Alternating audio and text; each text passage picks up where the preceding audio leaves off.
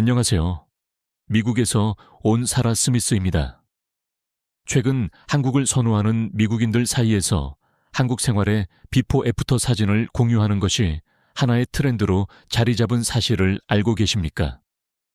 한국에서 불과 서너 달만 거주하더라도 얼굴이 매력적으로 변모하며 단순히 외모가 개선되는 차원을 넘어 한국어로 관상관샹이라 불리는 설명하기 어려운 요소까지 변화한다고 알려지면서 많은 사람들이 그 근본적인 원리에 대해 깊은 궁금증을 표하고 있습니다. 과연 이 관상이라는 것은 어떻게 변하는 것일까요? 아울러 관상이라는 단어 자체가 하나의 유행어가 되었는데 이는 본래 미국 문화에는 존재하지 않는 개념의 단어입니다. 그리고 이 영상 말미에는 시청자 여러분들이 이미 발견하셨을지도 모르는 불편한 진실에 대해서도 다룰 예정기오니 부디 본 영상을 끝까지 시청해 주시기를 부탁드립니다. 얼마 전 해외 플랫폼에 게시된 한 영상이 큰 화제를 모았습니다. 이 영상의 주인공은 본래 결코 외모가 부족한 분이 아니었습니다. 그럼에도 불구하고 한국에서 1년이 경과하자 이처럼 극적으로 변화된 모습을 보였습니다. 대중들은 이 변화에 크게 놀라움을 금치 못했습니다. 솔직히 말씀드리자면 구체적으로 얼굴의 어느 부위가 변화했는지 정확히 파악하기는 어려울 수 있습니다. 그럼에도 불구하고 어쩐지 이전보다 훨씬 더 세련되고 단정하며 잘생겨 보이게 된 것이죠. 이러한 유형의 영상이 급속도로 퍼지면서 많은 사람들이 유사한 콘텐츠를 업로드하기 시작했습니다. 관찰하면 할수록 이 현상은 더욱 신기하게 느껴집니다.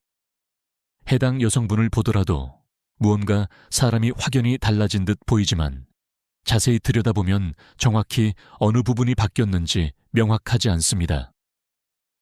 엄밀히 따지면 얼굴의 기본적인 생김새는 동일할 것입니다. 그럼에도 불구하고 그 사람이 완전히 매력적인 용모로 변화한 것입니다.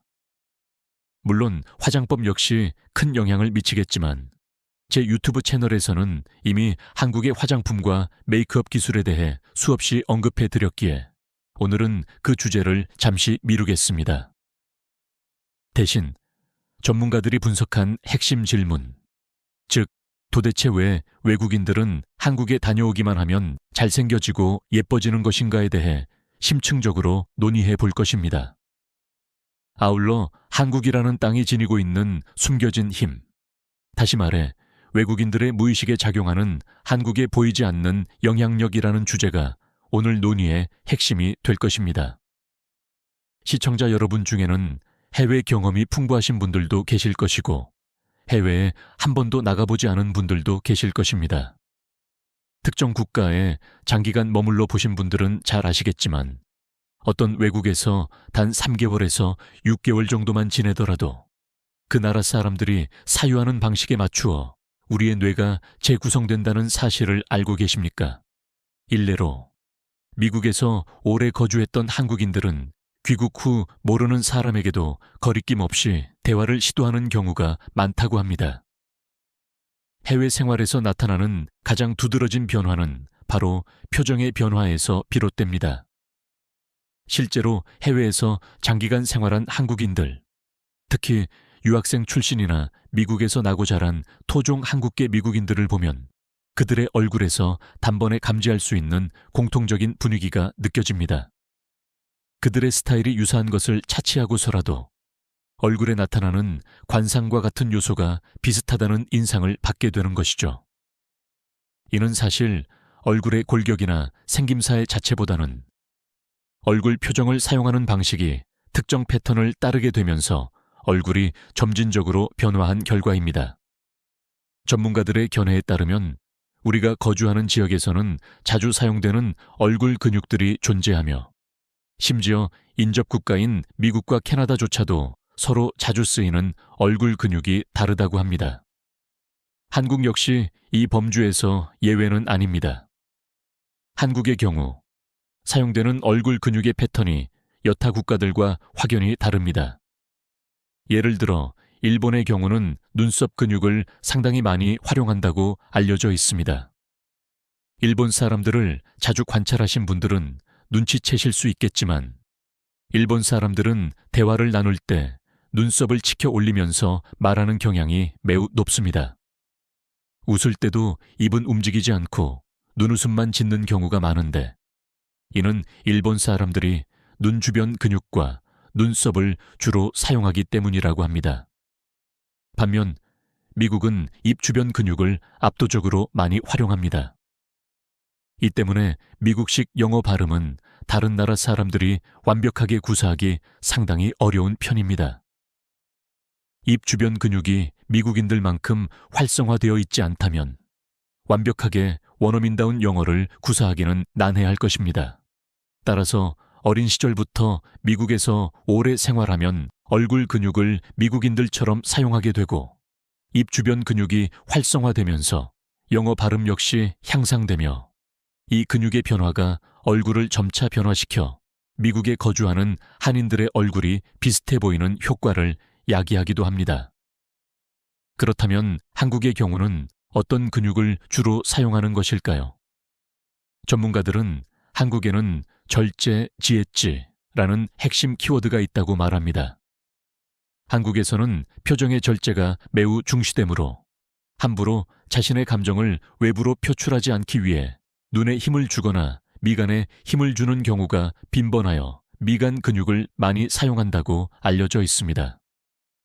흥미롭게도 한국 사람들은 미국인들에 비해 주름살이 적은 경향을 보입니다. 미국 사람들은 눈썹을 치켜 올리는 경우가 작기 때문에 미국인들은 20살만 되어도 이마에 주름이 상당히 많습니다. 사실 20살은 물론이고 고등학생들만 보더라도 이마에 뚜렷한 주름이 확인되곤 합니다.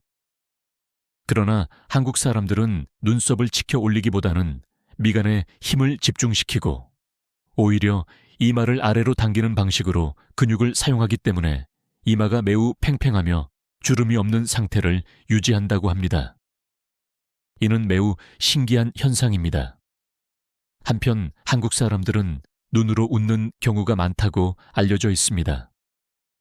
전문가들에 의하면 한국 사람들이 웃을 때 애교살이 도드라지면서 눈이 작아지는 눈웃음을 짓는 경우가 있는데 이러한 웃음을 자주 지으면 눈 옆에 잔주름이 생기는 경우가 많다고 합니다. 결과적으로 한국 사람들은 이마에는 주름이 거의 없지만 눈 옆 주름은 꽤 많은 경우가 적지 않다고 하네요. 미국의 경우 40대나 50대만 되어도 앞서 언급했듯이 입 주변 근육을 엄청나게 많이 사용하기 때문에 입 주변에 주름이 생기는 현상이 매우 흔하게 관찰됩니다. 그러나 한국 사람들은 입 주변에 주름이 자리 잡기 위해서는 훨씬 더 많은 나이가 되어야 한다고 지적됩니다. 특히 한국어 자체가 입 근육을 그렇게 크게 움직이지 않아도 되는 발음 구조를 가지고 있기 때문에 입에 주름이 잘 생기지 않는다는 해석도 제기되었습니다. 정말 신기하지 않습니까? 여기서 이것이 한국에서 오래 살면 잘생겨지는 이유와 무슨 상관이냐고 의문을 제기하실 수 있겠지만 바로 이 점이 핵심입니다. 최근 미국에서 유행하는 인터넷 밈이 존재합니다. 간략히 설명하자면 최근 남성들 사이에서 턱선을 만드는 운동이라며 뮤잉이라는 트레이닝이 화제가 된 적이 있었습니다. 이는 얼굴 근육을 단련하여 턱선을 만들고 용모를 개선하는 운동으로 알려져 있습니다. 그런데 충격적인 사실은 이 뮤잉이 과학적으로 증명되지 않은 장난 수준이라고 비판하는 사람들이 많음에도 불구하고 실제 이 뮤잉에서 강조하는 동작과 운동 방식이 한국어에 내재된 혀의 움직임과 유사하다는 것입니다. 즉, 한국 사람들은 한국어를 말할 때마다 이 뮤잉을 지속적으로 수행하고 있는 것이라고 해석할 수 있는 것입니다. 한국말을 구사하지 않더라도 외모가 개선되는 경우도 있는데 이 경우에는 외국인이라도 한국에 체류할 때는 미간에 힘을 주게 되는 경향이 나타납니다. 이는 카를 융의 집단 무의식 개념에 기인하며 어떤 집단에 자신이 속하게 되면 그 집단이 취하는 표정과 행동 방식을 무의식 중에 모방한다는 이론이 있기 때문입니다. 따라서 외국인들은 한국에 가면 한국 사람들과 유사한 표정을 짓게 되는데 대부분 무표정이 되는 경우가 많으며 미간에 힘을 주게 되면 이마가 아래로 당겨지면서 오히려 주름도 사라지고 눈빛이 총명해지는 경우가 많다고 합니다. 미국에서 오래 살면 사람들의 눈빛이 다소 멍해지는 경향이 있습니다. 특히 서부 해안 웨스트코스트 같은 지역은 눈에 초점이 없는 사람들로 유명할 정도입니다. 그러나 한국은 눈에 초점이 확실하게 잡혀 있고 눈에 생기가 도는 경우가 많았는데 외국인들이 한국에서 오래 생활하면 그러한 변화를 경험하게 되는 것으로 보입니다. 다시 한번 외국인들이 한국에 오래 살아서 외모가 변화된 사진들을 살펴보면 확실히 젊어진 느낌과 더불어 눈의 생기가 돌기 시작했다는 것을 강하게 느끼실 수 있을 것입니다. 눈의 생기, 즉 안광, 양광은 정말 중요합니다. 청년의학 전문의들이 항상 강조하는 말이 하나 있습니다. 얼굴의 주름이나 나이를 예측할 수 있는 외모는 사실 노안 또는 동안과 크게 관련이 없다는 것입니다. 주름이 전혀 없어도 늙어 보이는 사람이 있는가 하면 주름이 가득함에도 불구하고 젊어 보이는 사람이 있습니다. 이를 구분짓는 가장 큰 요소는 안광이라고 그들은 이야기합니다. 저는 이 안광이 무슨 뜻인지 몰라 찾아보았는데 눈에서 빛이 나는 것을 의미한다고 합니다. 결론적으로 한국 사람들 특유의 반짝반짝 빛나는 눈빛이 한국 사람들을 더욱 젊어 보이게 만든다는 것입니다. 미국에서는 항상 과장된 반응을 매우 많이 보입니다. 특히 한국 사람들이 유난히 젊어 보이는 현상에 대해 미국인들은 정말 놀라움을 금치 못합니다. 제가 미국인 친구들과 한국을 방문했을 때 누가 봐도 20살처럼 생긴 사람이 자신은 40대라고 말하는 것을 보고 엄청난 충격을 받았던 적이 한두 번이 아닙니다. 지금 돌이켜 생각해보면 당시 젊어 보였던 사람들은 모두 눈빛이 젊었기 때문에 우리가 젊다고 착각했던 것 같습니다. 그러므로 외국 사람들이 한국에 가면 오히려 젊어진다는 이야기를 듣게 되는 것입니다. 이 부분에 대해서 전문가들 사이에서도 의견이 갈리는 부분이 있기는 합니다.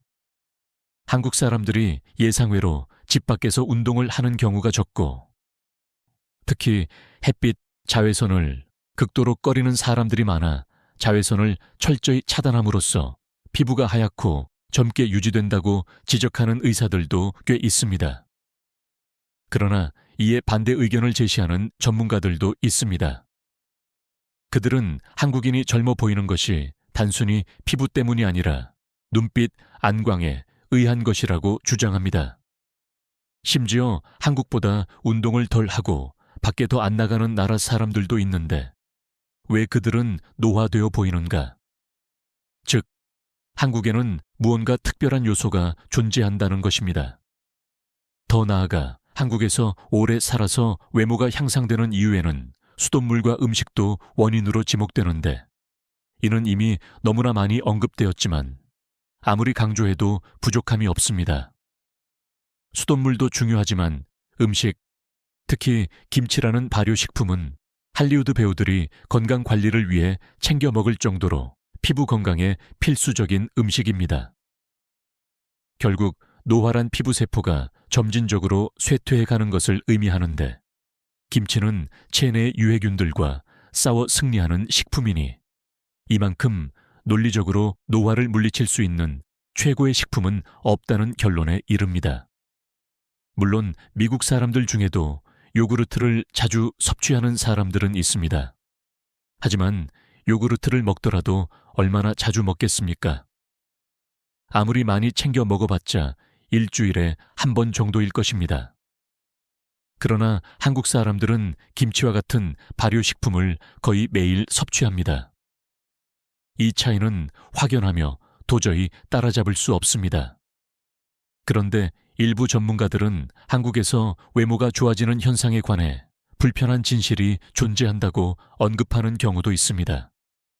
이는 성형수술에 관한 이야기는 아닙니다. 물론 한국의 성형기술은 전 세계 최고 수준이기에 한국에서 성형을 한다면 훨씬 잘생겨지고 예뻐지는 것은 사실입니다. 하지만 한국에 방문하는 모든 미국인이 성형을 목적으로 한국에 가는 것도 아니며 한국을 찾는 미국인 중에서 성형수술을 받는 비율은 기껏해야 20, 30명 중 1명 있을까 말까 한 정도입니다. 한국에서 성형수술을 받는 외국인들은 중국인이 압도적으로 많다고 들었습니다. 미국 사람들은 예상보다 성형수술을 자주 하지 않습니다. 그리고 미국에서는 얼굴 성형을 하는 경우가 흔치 않습니다. 미국에서 얼굴 성형을 했다고 말하면 주변 사람들은 모두 얼굴 어디 다쳤었니? 라고 물어볼 것입니다. 그만큼 생소한 일인 것입니다.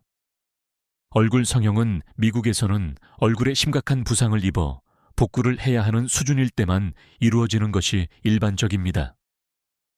미국에서 얼굴에 행하는 처치는 주사, 필러나 보톡스 등을 맞는 것이 거의 전부이며 대부분은 몸매와 관련된 성형 수술을 받습니다.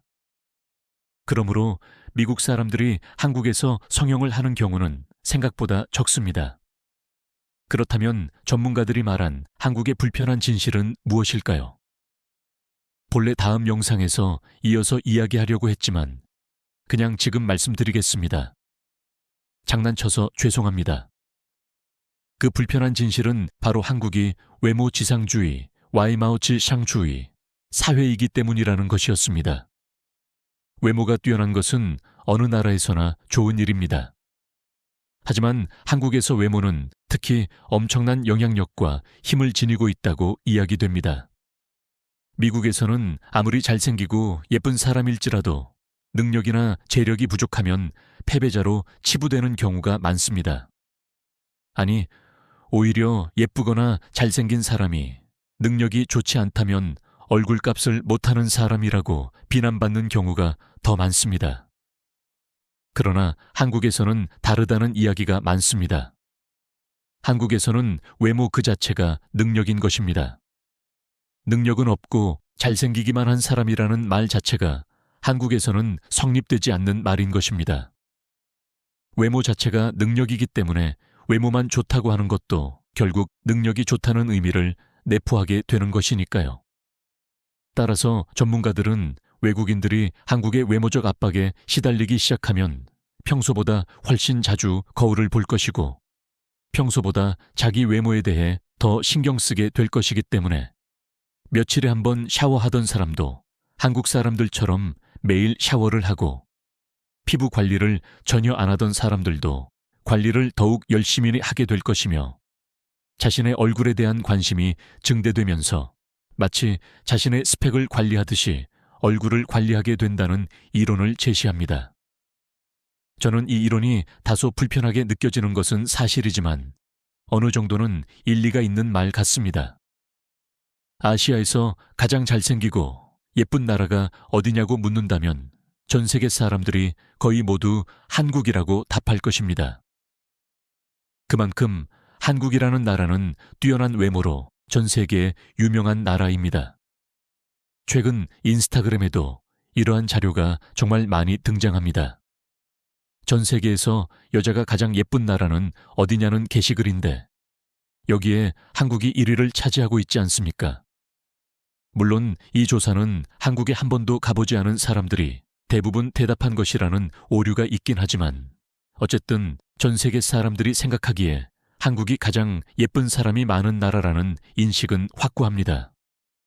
그만큼 한국은 전 세계의 기대를 한 몸에 받고 있고 전 세계적으로도 잘생기고 예쁘다는 편견이 있기 때문에 나는 못생기면 한국인 취급은 못 받겠구나 와 같은 생각이 무의식 중에 존재할 수도 있다는 분석들이 있습니다. 그리고 그러한 나라에서는 그 나라에 사는 외국인들이 훨씬 더 큰 압박을 받게 될 것입니다. 아, 나 한국에서 사는데 나 못생기면 여기서 나만 못생긴 거잖아. 그건 싫어와 같이 생각하면서 자기 외모를 더욱 발전시키려 노력할 것입니다. 그런데 이것은 한편으로는 긍정적인 현상이지만 다른 한편으로는 슬픈 현상이 될 수도 있습니다. 사람들이 너무 자신의 외모에 대해 신경을 써야 한다는 것이 어쩌면 숨막히는 압박으로 다가올 수도 있으니까요. 시청자 여러분은 이러한 현상에 대해 어떻게 생각하십니까? 제가 유튜브를 하는 이유는 제 생각을 여러분에게 전달해 드리는 것이 재미있기 때문이기도 하지만 여러분들이 달아주시는 댓글에 적힌 여러분들의 생각을 읽는 것 또한 매우 즐겁기 때문입니다. 오늘 영상에서 다룬 한국의 관상 변화 현상과 외모 지상주의에 대한 여러분의 솔직한 의견을 댓글로 남겨주시면 거의 모두 읽어보니까 부담 없이 편하게 의견을 제시해 주세요. 이처럼 흥미로운 현상 분석 영상을 놓치지 않도록 구독과 좋아요, 알림 설정은 필수입니다.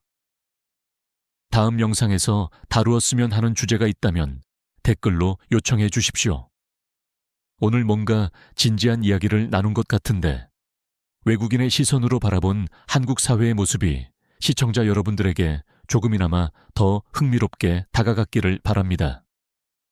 오늘 영상 함께 해주셔서 진심으로 감사드립니다. 감사합니다. 이국의 통역가 짐 스미스였습니다.